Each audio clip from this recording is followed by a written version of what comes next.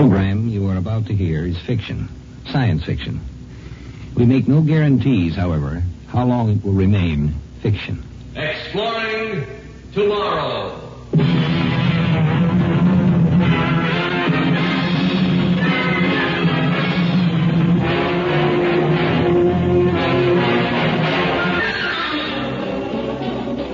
And now here is your guide to these adventures of the mind, the editor of Astounding Science Fiction magazine, John Campbell, Jr. Let's consider the proposition that interplanetary spaceflight has become a commercial proposition. There are regular liners running between the planets. And the Martian Queen, we'll say, is such a liner. A spaceship making a short-run orbit from Mars to Earth. This time she's carrying 150 passengers and a crew of 30 or so. She's made a long, uneventful trip from space, and now she's approaching the last leg of her voyage, the deceleration for landing. Your attention, please. Throughout the trip, artificial gravity has been maintained by spin around the long axis of the ship. In 3 minutes, the gyros will begin to slow the spin. We have to stop the rotation around the axis of the ship in order to apply thrust along it. Please get into your bunks and fasten your safety belts. At the appointed time, gyros cut in, slowing the spin on the ship. When the rotation had stopped, the skipper of the Martian Queen and his navigator were ready to begin the actual landing. How's our course, Levin? Dead on, Captain Deering. We're approaching Earth a little over 60 miles per second. I need to land at this speed. How much time do we have? About 15 seconds. The rocket tubes are aligned properly with respect to Earth. The timer is set. Ready? Strapped in and ready. Keep her on automatic till the last 5,000 feet. I'll bring her down from there manually. Right, sir. There she goes.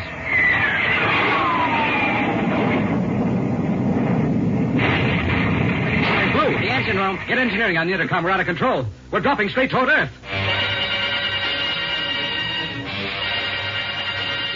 The Martian Queen had been heading towards White Sands Spaceport. And as a matter of course, the radar teams at White Sands had been alerted to the landing. They had the ship pinpointed in their screens, and when the Martian Queen stopped decelerating, they knew there was something wrong. The major in charge of Control Tower 1 put in a fast emergency call to the commanding officer of White Sands Spaceport. General Stanley speaking. What's that, Major? The Martian Queen. Where? Yes, I understand. All right, get all data you can on her. Now, keep the radar tracking as long as possible and try to compute an orbit. I want to know where she's going to hit. And get a tight beam communications line to that ship. I want to speak to Captain Deering personally. Yes, Major, I'll be right over.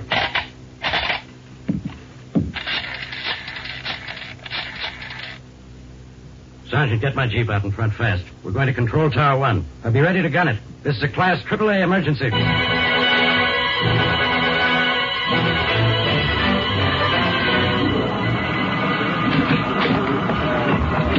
And, Major, have you made tight beam connections with the Martian Queen? Yes, sir. Good. Now I'll take the microphone. Hello, Captain Deering. This is General Stanley at White Sands. Can you hear me? This is Deering. You're coming in fine, General. What the devil happened up there? Explosion in the engine room. Don't know what caused it. 4 men dead and the rocket troops are gone. What about the main converter? Almost completely gone. It's a wonder it didn't blow into fragments when it went. There's plenty of heat and radiation. The engine crew must have died almost instantly. Well, what about these secondary converters? Nothing left of them but molten metal and slag. You've got no way to slow down the ship or change its course?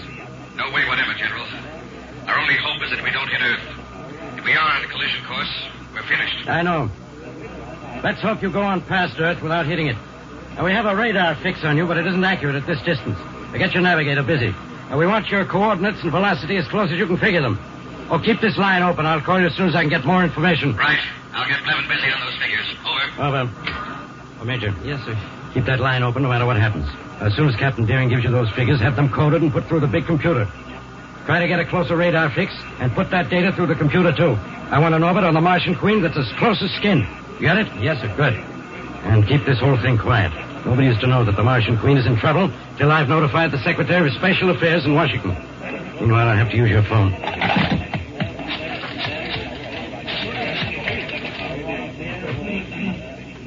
Operator, this is Major General Stanley. I want to put in a person-to-person emergency call to the Secretary of Special Affairs, Washington, D.C. Call me back as soon as he's on the line. There are lives at stake.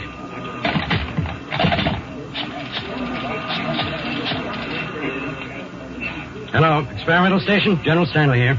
Now, let me talk to Colonel Arthmore. I don't care what he's doing. Get him on the phone. Colonel Osborne, Stanley. What's the top acceleration of that new experimental job? That's right, the XV-19. Good. I want you to have it loaded, primed, and ready to go within 10 minutes. Emergency. I'll say it's an emergency. I want you to move faster than you've ever moved before. I want the XV-19 rocket out on the launching pad and ready within 10 minutes. Now, that's an order. And keep this under your hat. If a word of this leaks out or if that ship isn't ready to go on time, I'll see to it that you never wear those birds on your shoulder again. Now, is that clear? Good. Keep your line open for further orders.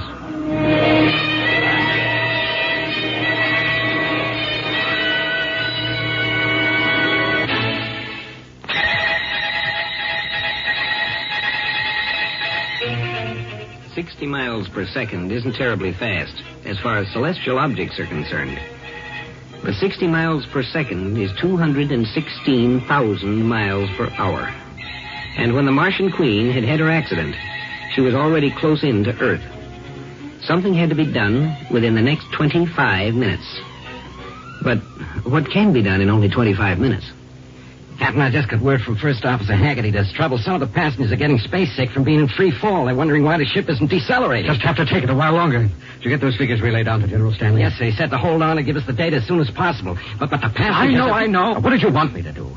Tell them that the Martian Queen might be headed for the biggest, most spectacular crack-up in history? That'd be real smart, wouldn't it? Well, I didn't mean it that way, Skipper. I'll take the radio phone. That's White Sands again. Deering here. Deering, this is Stanley. How's everything? The same as ever. No propulsion, no escape. How does our orbit look? We have your coordinates down to a hair. We know within a mile or two where you'll hit. Then we will hit Earth. Well, that does it, doesn't it? I'm afraid so. If nothing happens between now and then, you're going to get a hot dunk in the ocean. I see. Where will we hit? Give or take a mile or so, you'll hit Long Island Sound, about 10 miles south of Bridgeport, Connecticut. Well, you do what has to be done, General. You can depend on me for my end of it. I know I could. Well, I'll let you know how things work out. I'll be waiting. The seconds tick by, and every second that passes brings the Martian Queen 60 miles closer to Earth.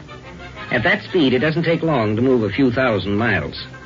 The Martian Queen was heading toward death at 3,600 miles a minute. Captain Deering, this is Stanley again. Colonel Osborne just phoned. We're sending up the XV-19, a super-fast high-acceleration rocket. It's the only thing that can possibly reach you in time, and even so, it'll be a close thing. Meanwhile, I'm trying to get in touch with the Secretary of Spatial Affairs, but he's out of his office right now. I'll let you know when to expect the rocket. All right, General. We'll be ready. Over. Over. Captain, I just came from the dining hall, and some of the passengers got out of their bunks and looked out the big viewport. And then they could see Earth, and they could see we're falling toward it. One of them started fighting with First Officer Haggerty, and the thing has ended up in a riot. The crazy fools. This is no time to be fighting. Can't the crew do anything? They're trying, but it's pretty rough. Here, give me that microphone. Your attention, please. This is Captain Deering. Now, please, your attention. There has been an accident. The drive engines of the ship have been disabled, and we're in a free-fall orbit. However, there is no reason to become panicked. We are in contact with White Sands Spaceport, and we've been notified that everything is under control. Now, some of you have been worried by the sight of Earth through the viewport, but I assure you we are in no danger of striking Earth. I repeat, the Martian Queen absolutely will not strike Earth. I'm well aware that this gravity-less condition is uncomfortable to many of you, but please have patience. It will only last for a few more minutes. I suggest that all of you return to your cabins and strap yourselves in. If acceleration were to return suddenly, anyone not strapped down might be seriously hurt. Please return to your cabins. Thank you. Well, that'll help some. Blevin, you go down and talk to them. Give them the same sort of information I gave them. And, Blevin... Yes, sir? Isn't one of the passengers a minister? Yes, sir. The Reverend James Taylor, I think his name is. He was a missionary on Mars. Yeah, well, get him to help you. Sometimes people will listen to a clergyman when they won't pay attention to a space officer. Right, sir. I'll do what I can. Just a minute. That's Stanley. Yes, Deering here. Deering, the XV-19 is on the launching pad now, loaded and ready to go. I haven't been able to get hold of the Secretary of Spatial Affairs yet, but there isn't time to wait. I just got the signal, Deering. The XV-19 has left the launching pad. It will be up to you to guide it into the Martian Queen. Good luck, Deering. Thanks. But you'll need the good luck more than I will. So, good luck and goodbye. Okay, Blevin. Go down and give them a speech.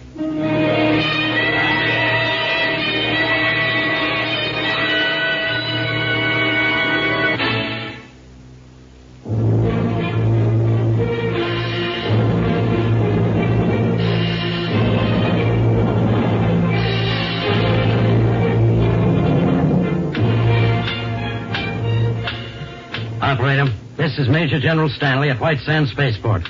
I have been trying to get the Secretary of Spatial Affairs person to person, Washington, D.C. It has been 20 minutes now. Wait, he's on the line. All right. Oh, hello, Mr. Secretary. Hello, General. I got to my office as soon as I heard. I've read the teletype report that you sent to my office. Is the Martian Queen definitely going to land in Long Island Sound? If it isn't stopped, yes. Well, is there any way at all of getting the drive going again? No, sir. Captain Deering stated flatly that the main converter and the secondaries are absolutely and completely ruined. It would take weeks to repair them. We only have minutes. Then we'll have to send up a rescue ship. That's impossible, sir. A rescue ship would never make it in time. It would have to accelerate to take off, decelerate to match the Martian Queen's velocity, and then accelerate to keep from hitting Earth along with the Queen. All in all, it would take more than an hour, using every bit of acceleration a human being could stand.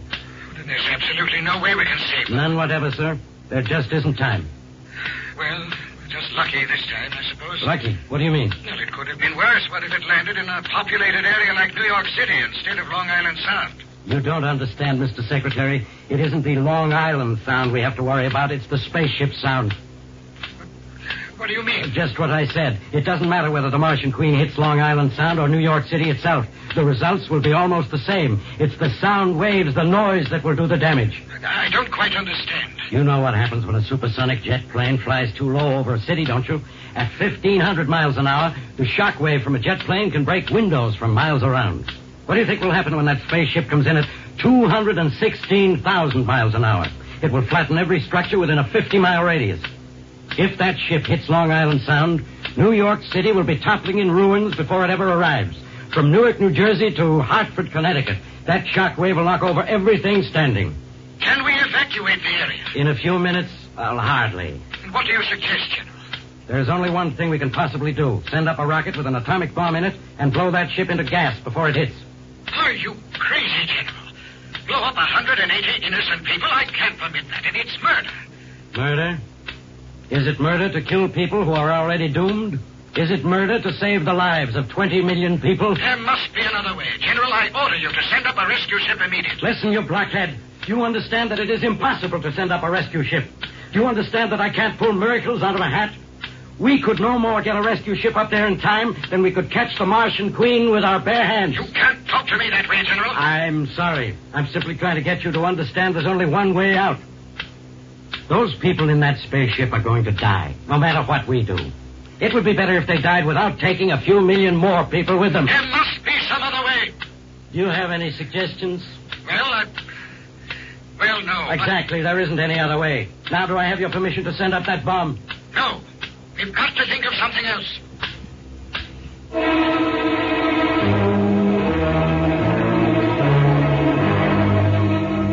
It's no use.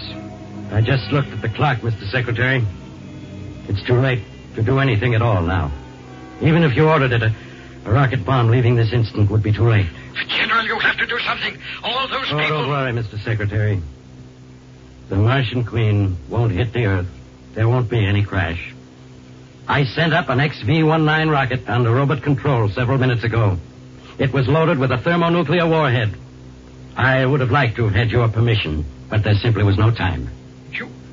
You've already blown it up? That's right. I did it with Captain Deering's cooperation, of course. He knew it was the only way to prevent the destruction of 20 million people. So he guided the missile into his own ship. The Martian Queen was vaporized over a minute ago. I presume you know what this means, General? I know what it means. I'll have to be court-martialed because most people won't understand why I did it any more than you did. Even if I get out of it with a whole skin, I lose everything I've ever worked for. But that's a small matter compared with the satisfaction of knowing that I saved the lives of 20 million human beings. Maybe those people will understand why Captain Deering and I did what we did. And they're the ones who count.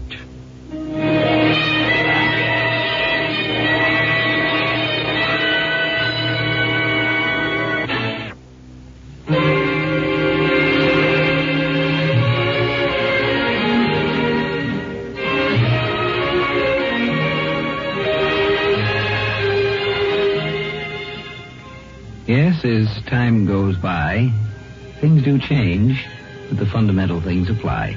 And the most fundamental of all, really, is you can't walk out on a problem and just let it take care of itself. By the time it gets taken care of, it's ready to take care of you, but good.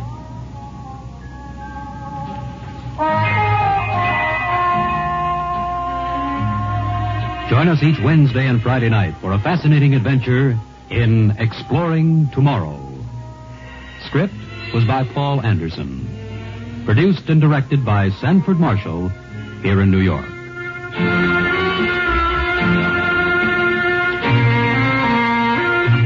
This is Mutual, the world's largest network.